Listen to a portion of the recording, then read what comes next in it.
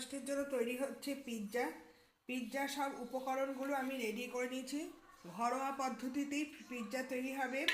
এগুলো সাধারণত বাচ্চা থেকে বুড়ো সবাই খেতে ভালোবাসে। তার মধ্যে বাচ্চাদের তৈরি করতে করতে বাবা মারও জিভে লাল জল চলে আসে। বানাচ্ছ যখন বাচ্চা খেতে ইচ্ছা করে, বাচ্চার বাবা মা তাদের কি খেতে ইচ্ছা করে না? আমি বললাম হ্যাঁ, সকলেরই খেতে ইচ্ছা করে, কিন্তু পরিমাণ আমাদের সংখ্যা কম, তাই জন্য আমি অল্প করে ময়দা নিয়েছি। প্রথমবার ট্রাই করেছি। আর সমস্ত মশলাগুলো উপকরণগুলো আমি রেডি করে রেখে দিয়েছি। রান্নার মধ্যে একটু সাদা তিল রেখেছি, ওপর দিয়ে ডেকোরেশনের জন্য একটু গোলমরিচ, ক্যাপসিকাম, টমেটো, পেঁয়াজ, আর রেখেছি 2 রকম সস। এই দিয়ে আমার পিৎজা। আর একটু রেখেছি পনির। পনিরটা এখন রেডি করে রেখে দিয়েছি, এটা ফ্রিজে রাখা আছে। এবার একটু উষ্ণ গরম জল দিয়ে একদম শক্ত ডো তৈরি করে নিতে হবে। তাহলে আমি একটু উষ্ণ জল নিয়ে নিই। আর এটা কিন্তু একটু শক্ত ডো তৈরি করে নিতে হবে। এটা কিন্তু জলটা একদম এটা মেখে কোনো রাখার দরকার নেই, বা খুব একটা টেপাটিপি করাও দরকার নেই। হ্যাঁ, একটু তো রেস্ট রাখতেই হবে, যেহেতু ইস্ট দেওয়া হয়েছে। ময়দাটাকে একটু ফোলার জন্য 5-10 মিনিট রেস্টে রাখতেই হবে। তাহলে কি হবে, এটাকে দেখো কিভাবে শক্ত ডো তৈরি করে নিলাম। জলটা যতটা কম দেবে ততটা বেশ ফুলে উঠবে।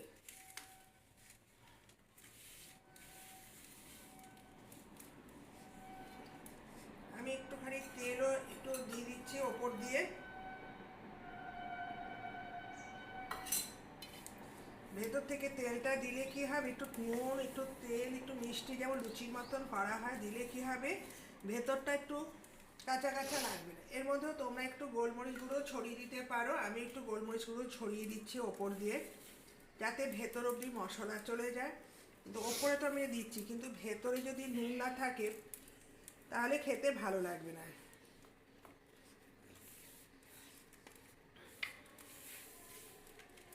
ব্যাস, একটু রেস্টে রেখে দেব। আর একটু সামান্য একটু জল লাগবে। আর এই ডোটা সাধারণত খুব শক্তও হবে না, একদম খুব নরমও হবে না। এখানে আমি থালার মধ্যে তেলটা মাখিয়ে রেখে দিয়েছি। এর মধ্যে আমি পিৎজার ডোটা তৈরি করব। কেউ হাত দিয়ে এইভাবে চেপে চেপেও করে, কেউ আবার বেলান চাকি দিয়ে করে।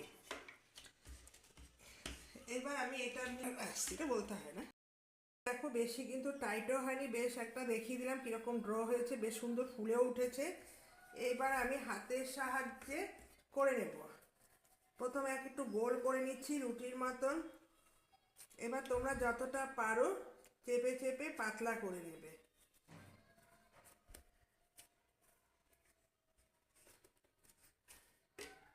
একটু আমি হাতের সাহায্যেই করছি, টেনে টেনে, ময়দা তো বেশ টেনে টেনে করা যায়।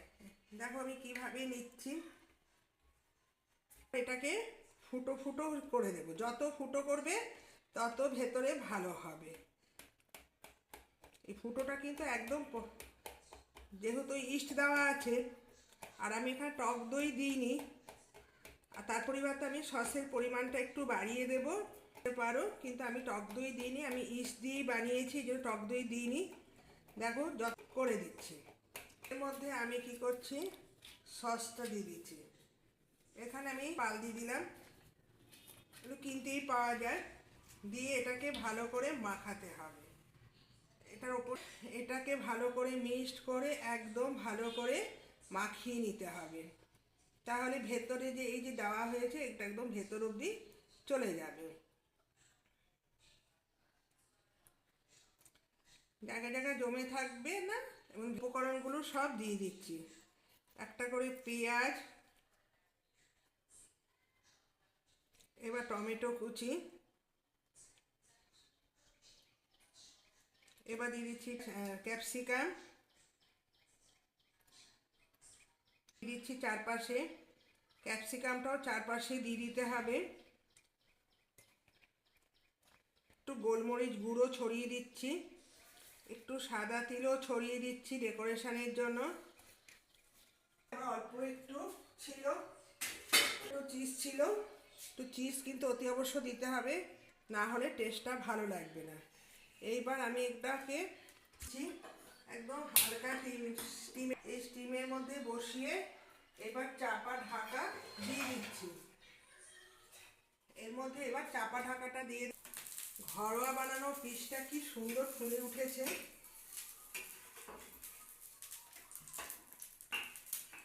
ব্যাস, এভাবে চাপা ঢাকা দিয়ে দেবো। এখন আর কাটবো না, একটু চাপে হতে থাকবে। তারপরে